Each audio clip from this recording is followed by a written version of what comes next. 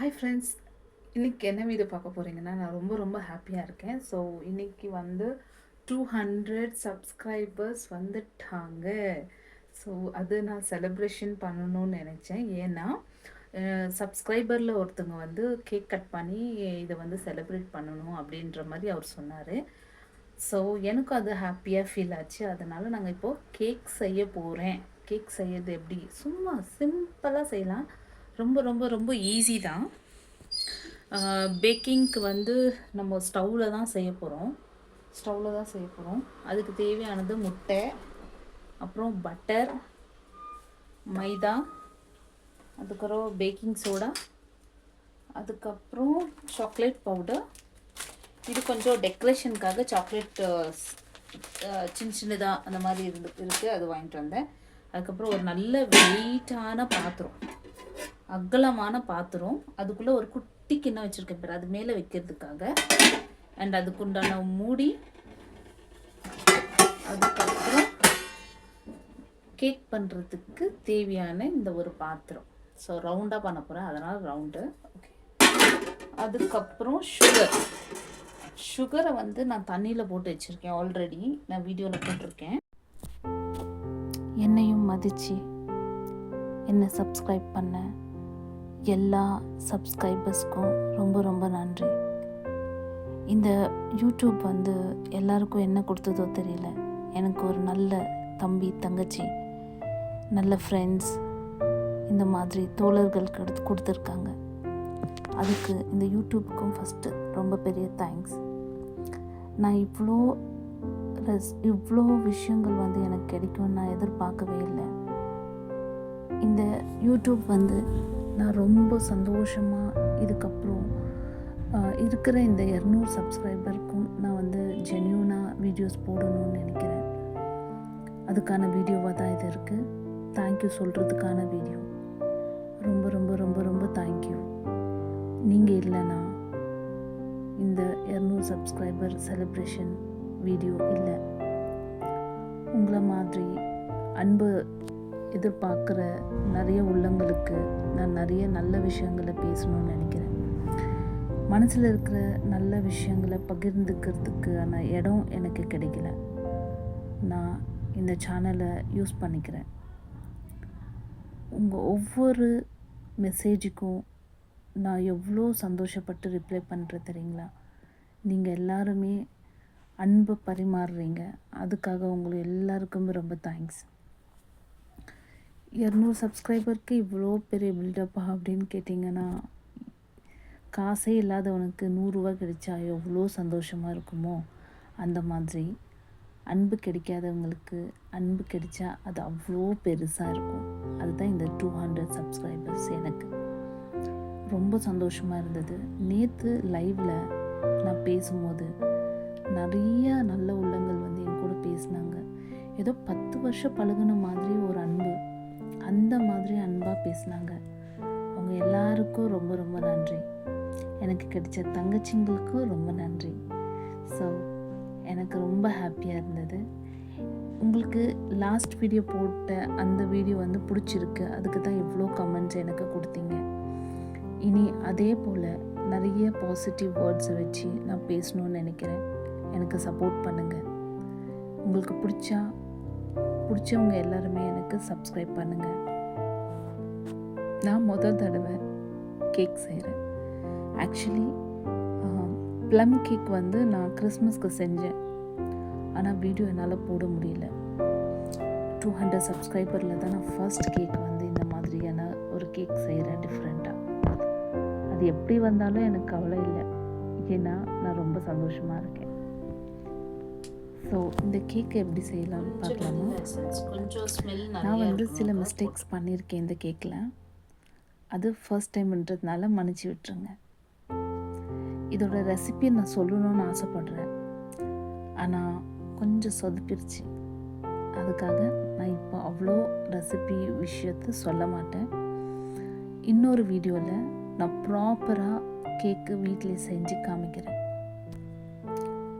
இந்த கேக் வந்து white cake மாதிரி செய்யணும்னு ஒரு ஆசை இருந்துச்சு. நான் எப்படி எதிர்பார்த்தனோ அப்படியே அவுட்லைன் வந்துச்சு. நம்ம லைஃப்பும் இந்த கேக் மாதிரி தான் நான் யோசிப்பேன்.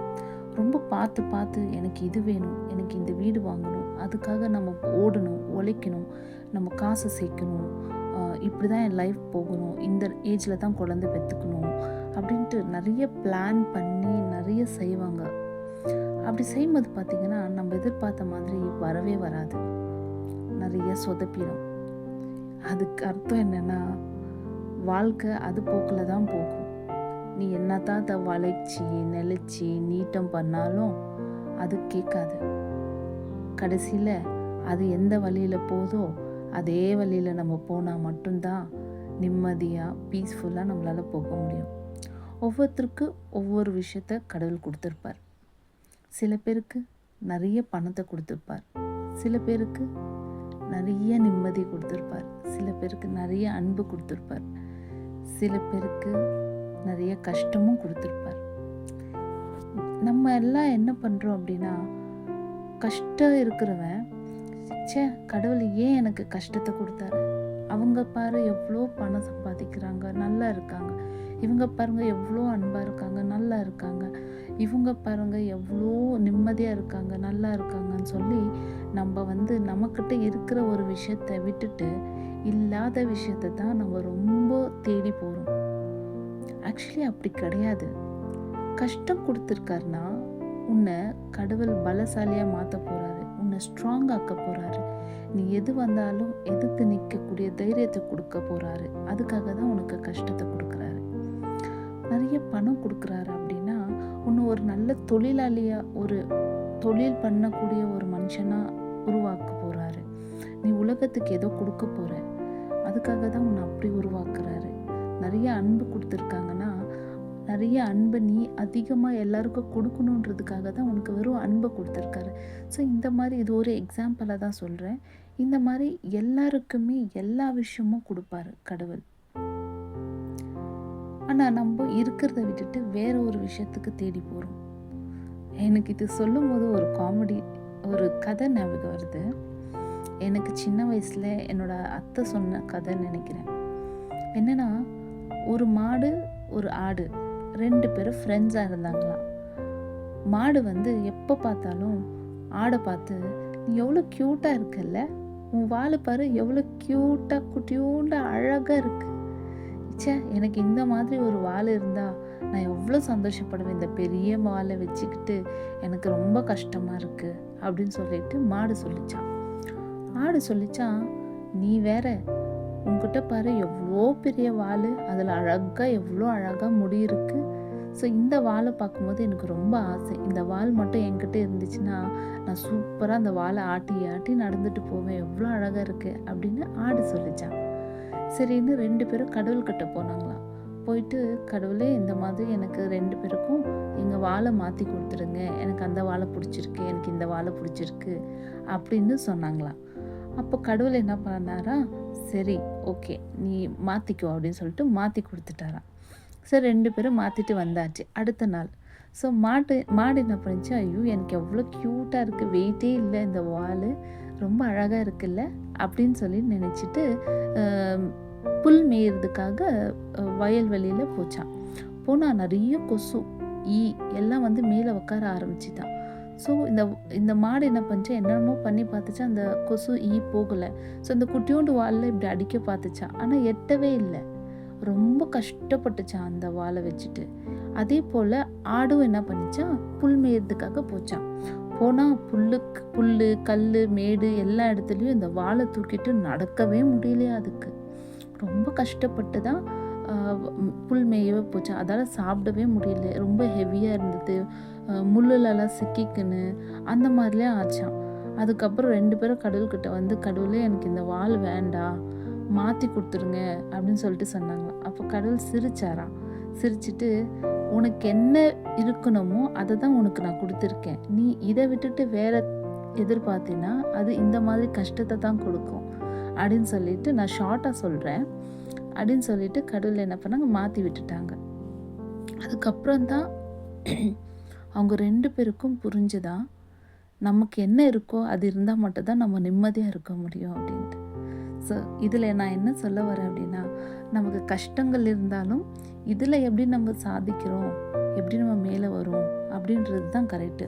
மற்றவங்களுக்கு என்ன இருக்கோ அது வேணும், என்கிட்ட இருக்கிறது எனக்கு வேண்டாம் அப்படின்னு சொல்கிறது அது எனக்கு தெரிஞ்சு வாழ்க்கைக்கு ஒத்து வராது.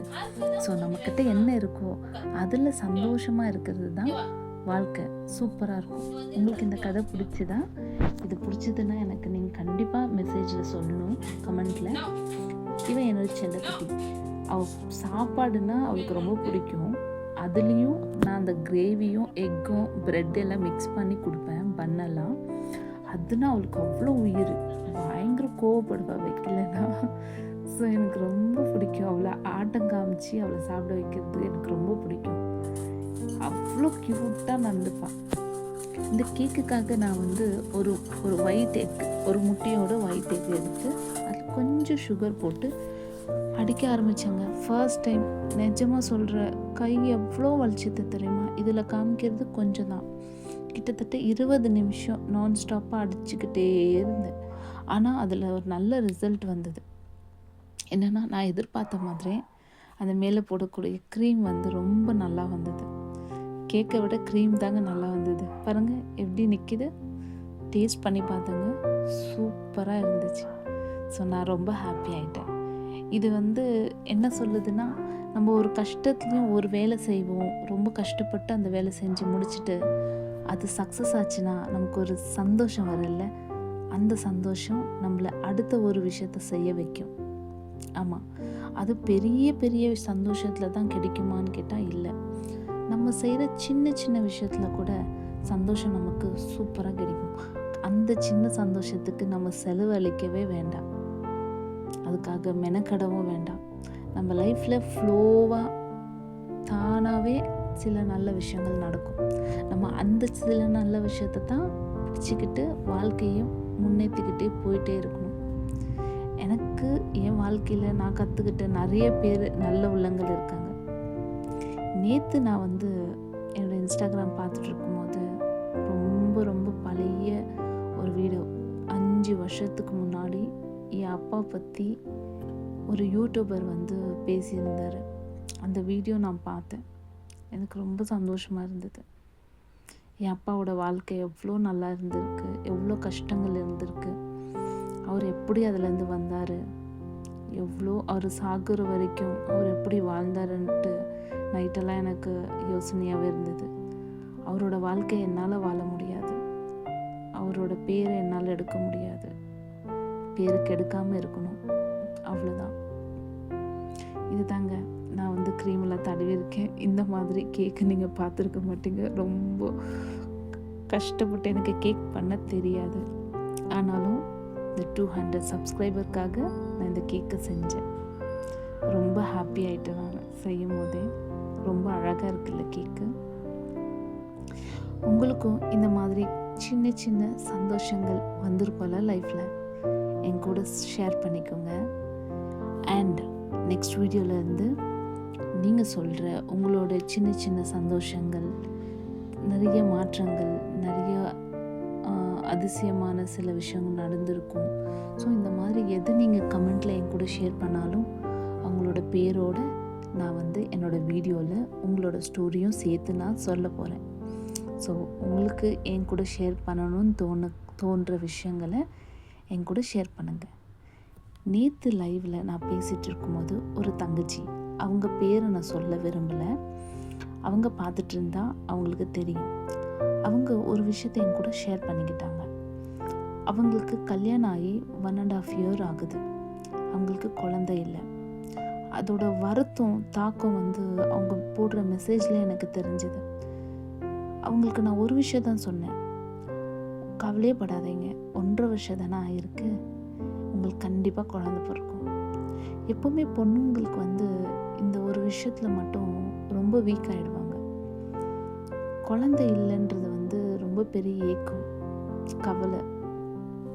ஆனால் நான் என்ன சொல்கிறேன்னா, உங்களுக்கு குழந்தை இல்லைன்ற ஏக்கம் கவலத்துக்கு டைமை ஸ்பெண்ட் பண்ணாமல், நான் நல்லா இருக்கேன், நான் சந்தோஷமாக இருக்கேன், எனக்கு குழந்தை பிறக்கும், கடவுள் என்ன தயார் பண்ணிகிட்ருக்காருன்னு நினச்சி நீங்கள் இருக்கிற நிமிஷங்களை சந்தோஷமாக உங்கள் கணவரோடு இருந்தீங்கன்னா, சந்தோஷமான வாழ்க்கை வாழ்ந்தீங்கன்னா கண்டிப்பாக உங்களுக்கு குழந்தை பிறக்கும். ஸோ இதை நான் சொல்கிறதுக்கு ரொம்ப சந்தோஷமாக தான் சொல்கிறேன். ஏன்னா எனக்கும் குழந்தை இல்லை. நான் தினமும் அப்படி தான் நினச்சிட்டு என் லைஃப்பை லீட் பண்ணிட்டு போகிறேன்.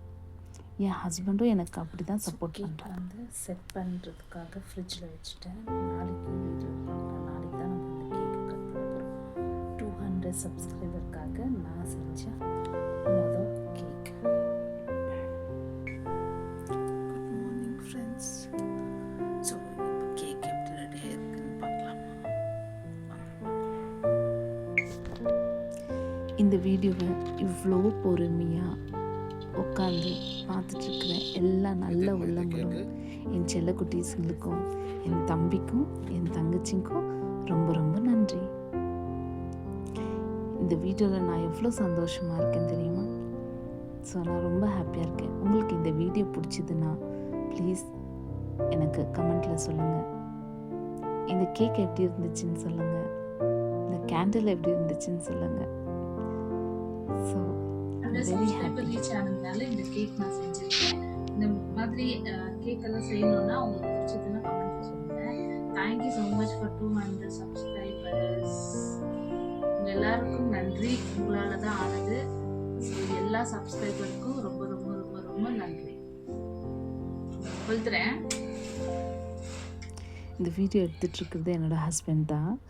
நான் என்னெல்லாம் நாட்டி திங்ஸ் பண்ணுறனோ எல்லாத்துக்கும் பின்னாடி நின்று பாவம் ஆஃபீஸ் போகிற ஒரு மனுஷனை பிடிச்சி நிற்க வச்சு எனக்கு வீடியோ எடுங்க அப்படின்னு எடுக்க வச்சேன். இந்த கேக் அவ்வளோ டேஸ்ட்டாக வரல ஆக்சுவலி. ஆனால் பொறுமையாக அதை வாங்கி சாப்பிட்டுட்டார். தேங்க்யூ.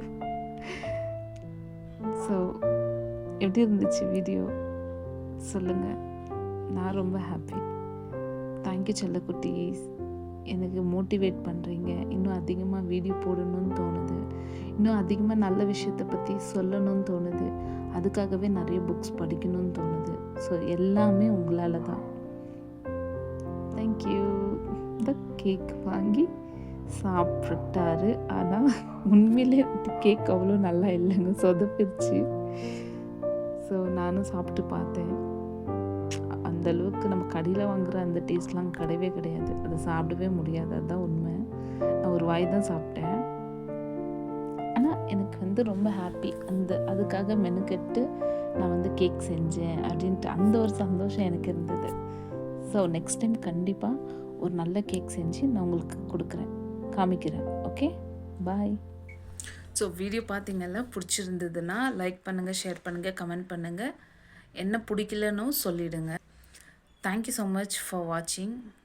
இந்த வீடியோ வாட்ச் பண்ணுற, சப்ஸ்கிரைப் பண்ண எல்லாருக்கும் ரொம்ப ரொம்ப ரொம்ப நன்றி.